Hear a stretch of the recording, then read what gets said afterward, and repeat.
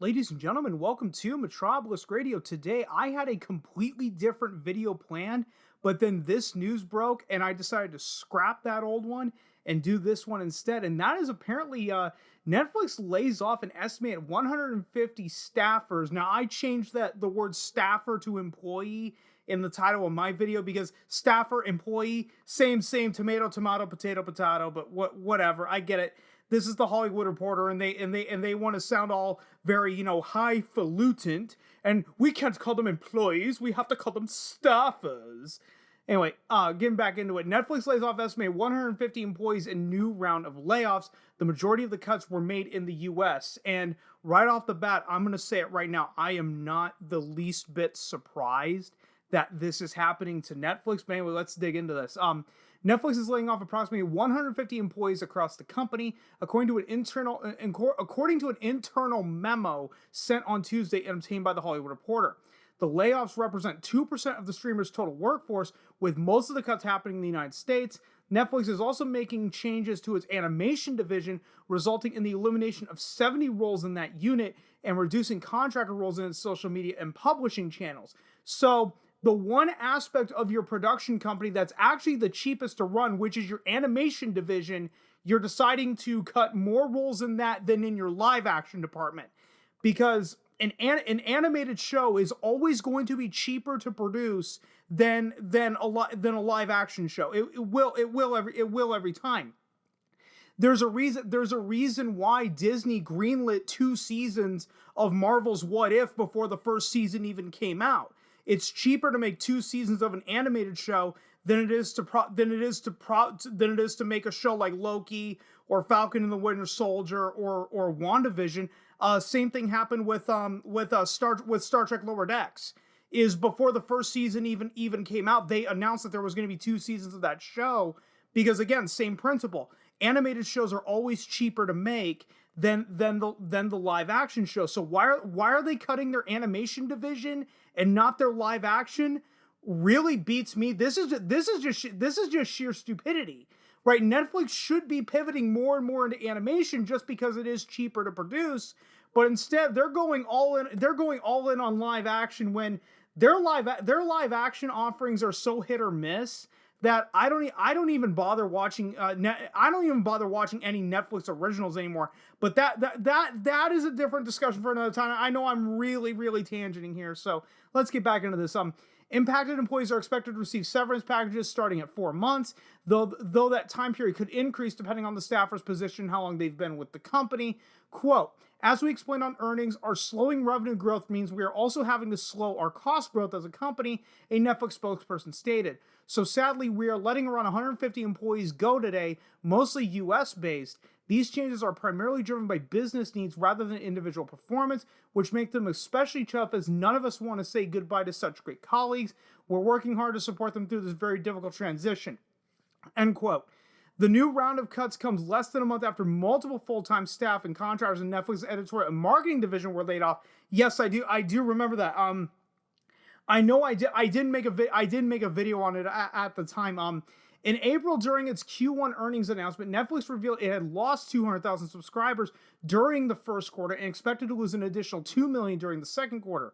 As a result of the declining growth, Netflix is planning to launch a cheaper ad-supported tier and will begin, quote-unquote, pulling back its spending to maintain its margins, though the streamer is still expected to spend $17 billion on content. Quote, we're pulling back on some of our spend growth across both content and non-content spend, CFO Spencer Newman said last month during Netflix's Q1 earnings call. We're trying to be smart about it and prudent in terms of pulling back on some of that spend growth to reflect the realities of the revenue growth of the business. Last week, Netflix also released an updated company-wide culture memo to include, among other changes, a directive for employees to quote-unquote spend our members' money wisely. Though executives have used similar phrasing before, the inclusion of that line in the culture memo is a marked change for a company once known for its lavish spending. And let's actually go into that. Let's actually go into that memo. I didn't make a video on it last week, so I'm just going to combine it here. From the Hollywood Reporter, Netflix tells employees to spend our members' money wisely. A new memo. The directive comes after the streaming giant reported a 200,000 subscriber loss in the first quarter of 2022.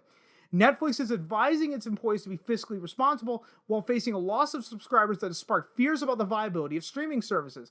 The employee directive comes in an updated culture memo by the company Thursday. So wait, this article was written on May 12th. Let me pull up my calendar here. I know I should have done this prior.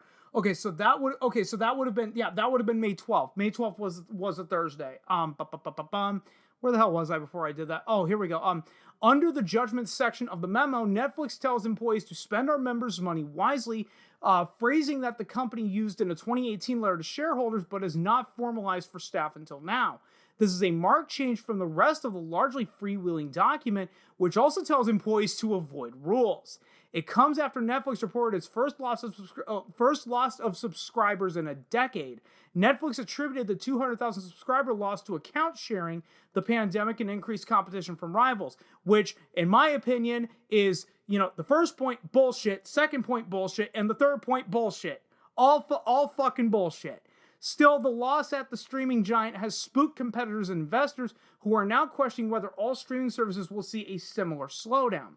In light of the weaker than expected subscriber numbers, Netflix said it will explore launching an ad-supported section of the streaming service. Analysts had pointed to the January increase in Netflix's monthly subscription price for new members in the US and Canada as another reason for the loss of subscribers. Yeah, how much did they jack up the prices to? It's like $18 a month now. I think Netflix. I could be wrong. I could be wrong on this, but I believe Netflix is now the most expensive streaming service, and it's not like they're offering a whole hell of a lot for it.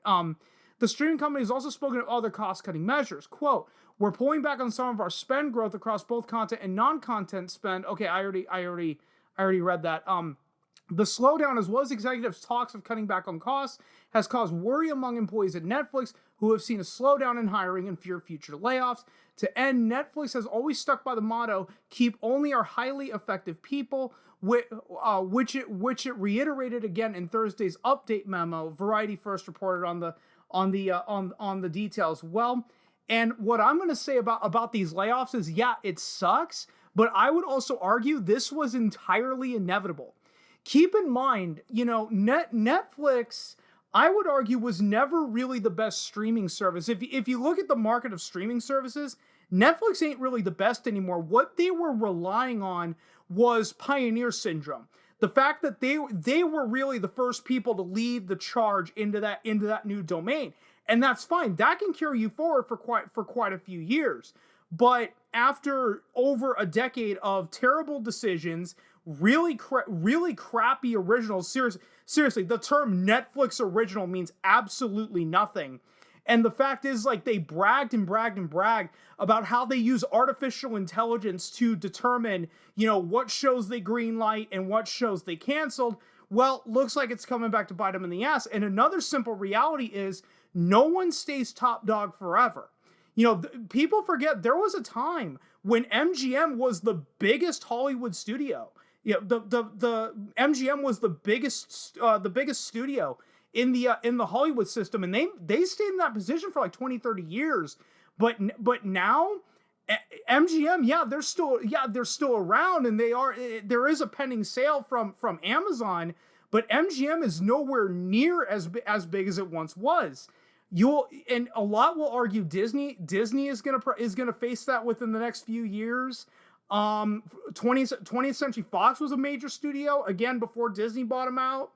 When Disney bought them out, they weren't as big as they once were, but they were a very big studio at one point. But I think you guys get my point. That's the problem with Netflix is they were banking on the fact that they were going to remain top dog forever, and well, now the bill has come due. And like I said, after a decade of a bunch of stupid decisions and a bunch of really bad shows, and the fact is you're using artificial intelligence to greenlight and cancel shows. How many shows have they prematurely canceled to a point where no one is going to watch a Netflix show anymore unless if it has like 2 or 3 seasons worth of content? And even then, they're still not going to watch it. Look what happened to Glow. That show got canceled during its final season. So if you're someone who's never seen Glow, why the hell would you even bother? Why the hell would you even bother watching it at this point?